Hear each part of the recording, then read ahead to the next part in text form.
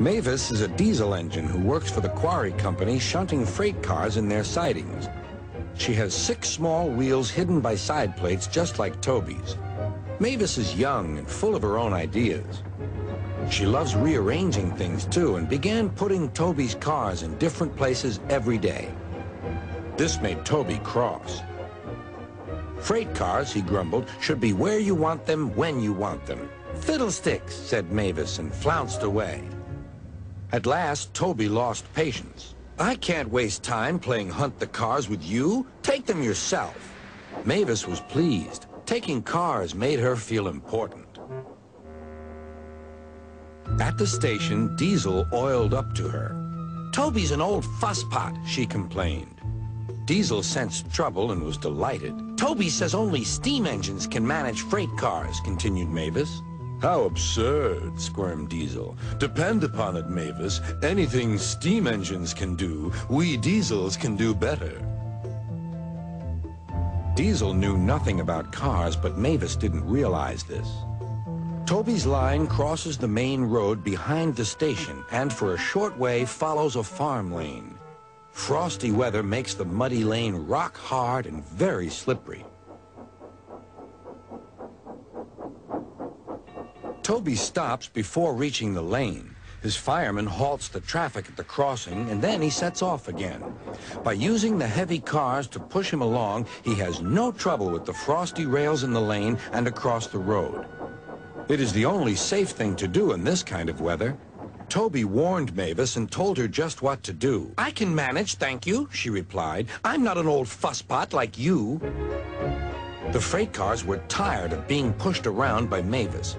It's slippery, they whispered. Let's push her around instead. On, they yelled. Mavis took no notice. Instead, she brought the cars carefully down the lane and stopped at the level crossing. All traffic halted. One in the headlamp for fusspot Toby, chortled Mavis.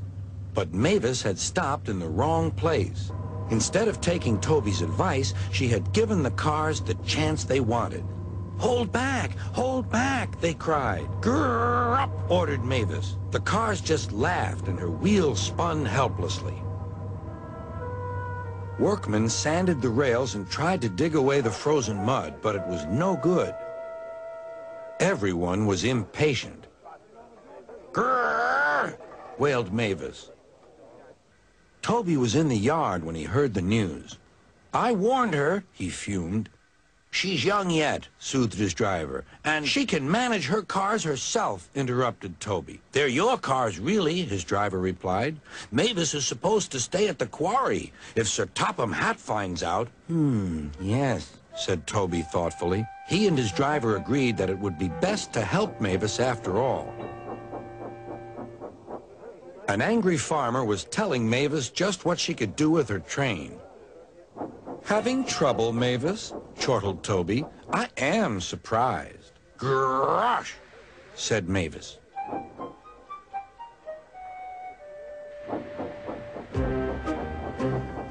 With much puffing and wheel slip, Toby pushed Mavis and the freight cars back. The hard work made his fire burn fiercely, and his firemen spread hot cinders to melt the frozen mud.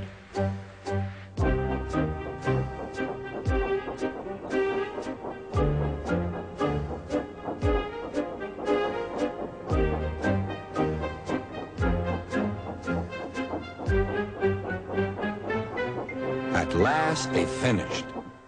Goodbye, called Toby. You'll manage now, I expect. Mavis didn't answer. She took the cars to the sheds and scuttled home to the quarry as quickly as she could.